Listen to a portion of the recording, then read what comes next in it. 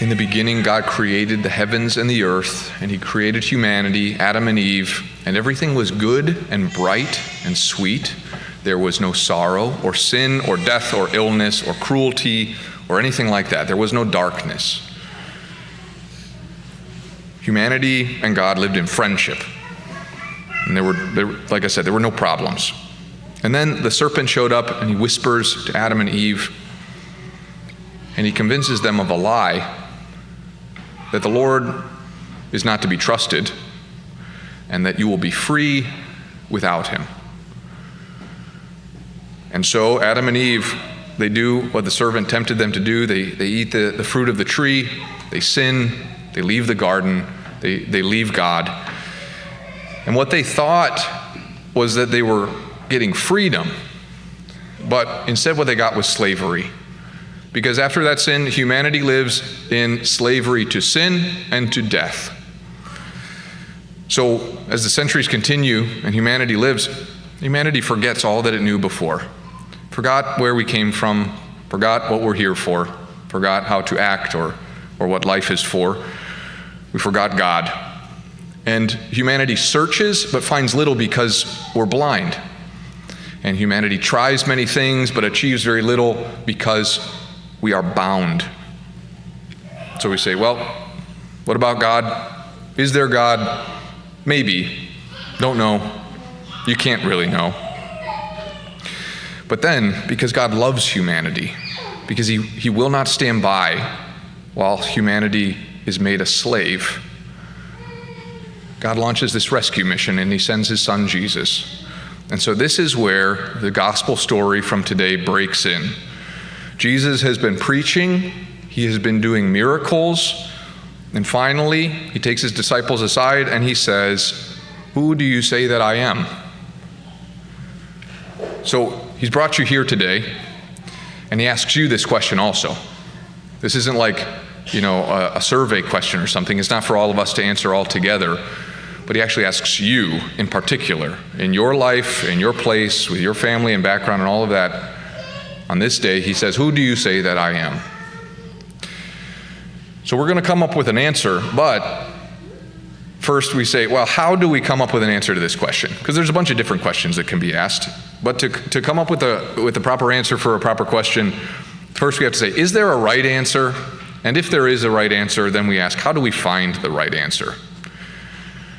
So the first question, is there a right answer to Jesus' question? Can one answer be correct and the other incorrect? Here's some examples of different questions that can be asked. If I asked you, what color is 42? You would hopefully not answer at all, because you would say, that is a nonsense question with no answer, okay? There's no incorrect or correct, because there's no answer to it. That's a ridiculous question. What color is 42? There's no answer to that. But if I asked you, what is the best carnival food in all the world? Then you might have an answer, but can it be incorrect or correct? Maybe some of you would say, yes, I know what the best carnival food is. There's corn dogs, there's cotton candy, there's Dippin' Dots. But in the wonderful state of Iowa, they actually have, at the state fair, they have deep fried butter. Yep, deep fried butter on a stick.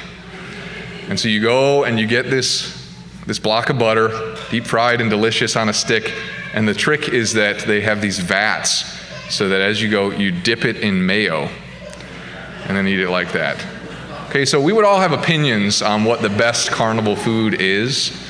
In Iowa, they have their own opinions. But if we ask that question, there's no correct or incorrect answer. It's a subjective question. It depends on your opinion and your taste. Is the question that Jesus asks today one of those questions? Last time I flew on a plane, most of the time when you fly as a priest, as you're walking up the aisle, I have fun with it actually. You look around and you can see people look up and then look down. And there is dread in them if they have an open seat. And so most of the time when you sit down, you're like, oh, actually that one's mine there. And they go, and they put in their earphones and that's the end of it. And then you just fly and you don't really talk. But the last time I flew, I sat next to a woman, she worked in HR and she actually wanted to talk. It was great. So we talked about her job. We talked about what it's like being a priest. And she said, I grew up Christian. I don't really go to church anymore. she said, I don't really see the importance in it, but the two things that made me just stop was the hypocrisy that I saw among other people who went to church and the suffering that I see in the world. Like, how can God be good and allow all of these things? And I was like, wow, yeah, those are two big obstacles. And there isn't like an excuse. We can't just ignore these things. But I said, the main question though, because we can deal with those if we answer this one, I said, who is Jesus? Can you answer that? Because everything else depends on that. And she did not answer the question because she saw it as a kind of subjective question. She said, well, some people love Jesus and other people don't, and I don't think it makes that much of a difference. He's sort of like what you make him. But when Jesus asks, who do you say that I am? He is not asking, what's the best carnival food? He's asking, who is that? Okay, we're talking about a person. And person is someone, they're not just up for opinion or taste. Like if I asked you, who is that? And you said, that's Frank, then I would say, no, that's Bob. Okay, you got it wrong. Actually, you were incorrect. So when we're talking about people, a person, we're not talking about something subjective. How would you feel? I know how I would feel, but how would you feel if people just made of you what they wanted? Like, oh yes, my neighbor, they are always there to help me and I can ask for anything, even in the dead of night. And your neighbor hears this and says, that's not who I am at all. Like, I don't want to be that to them. So we can do this to people, but we know that it's unfair. A person is a person, and we have like respect and even reverence for a person because we don't get to say who they are. They're outside of us. They're their own thing. So this is the kind of question Jesus asks. Who is that? With a person, there can be correct or incorrect answers, and there can be kind of a correction that happens too, where we say, I used to think this. Like, I used to think this person had 3 siblings, but actually they had 4. I was wrong about that. But also, so we can be correct or incorrect, but also the question of who a person is a bottomless mystery, where there's never a point where we can describe a whole person in words, no matter how many words we put to it.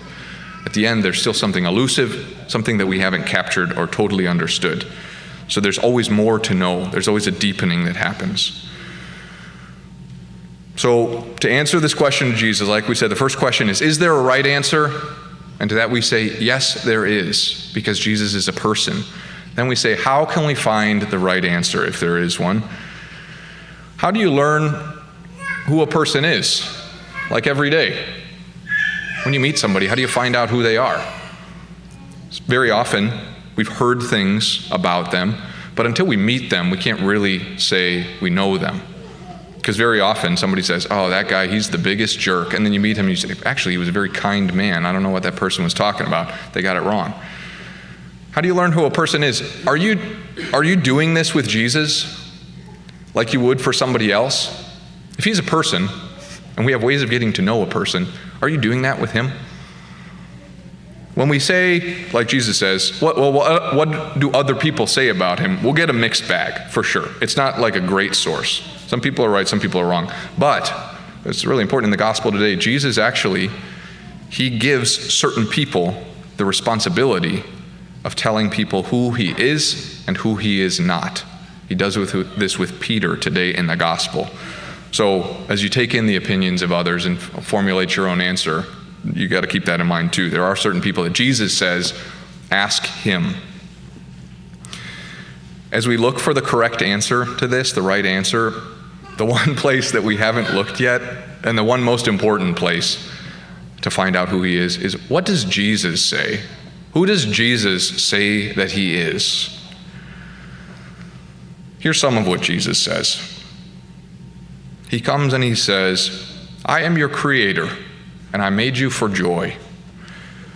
You are blind, but I will open your eyes. You are slaves, but I have come to set you free. You have been ruled by death and by fear, but I will make you live forever. I am God, and I am all good and all powerful, and I love you. He says, I am Jesus. I am the conqueror of death. I am the pillager of hell. I make darkness tremble in fear. And I am the lover of your soul. This question, who Jesus is the first and most important question. For all the students here, how you answer this question is not just going to determine how you spend today, but it will determine the rest of your time in college and the rest of your life. For all of us, we have to ask and answer the question of who Jesus is before we answer other important questions like, who am I? Or how do I act? Or what do I say? Or how do I find happiness? Or how do I deal with this problem? Very often, when people come to me with issues, because there's a crisis in their life, or they're struggling with something, or whatever is going on, very often, the first and most important question in all of this is, I just ask them, who is Jesus? And when they find the answer, almost everything is solved, and everything is changed. This is the first and most important question that we have to answer.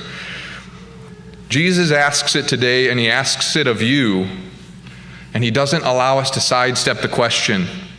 We have to come up with an answer, and maybe you don't have one prepared today, but you got to reach one.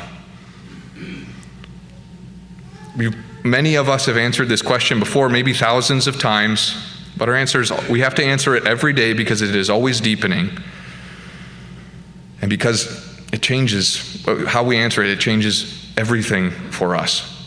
So even if you have an answer in your head right now, I encourage you, just name the conclusion. Who is Jesus? Even write it down or share it with somebody else. It could be anything. It could be he is God, he is my Savior, or it could be I don't know, or I don't care. Well, what is your answer? Because he asks you today and he waits for you to respond. This is the primary question. This is everything. Who is Jesus?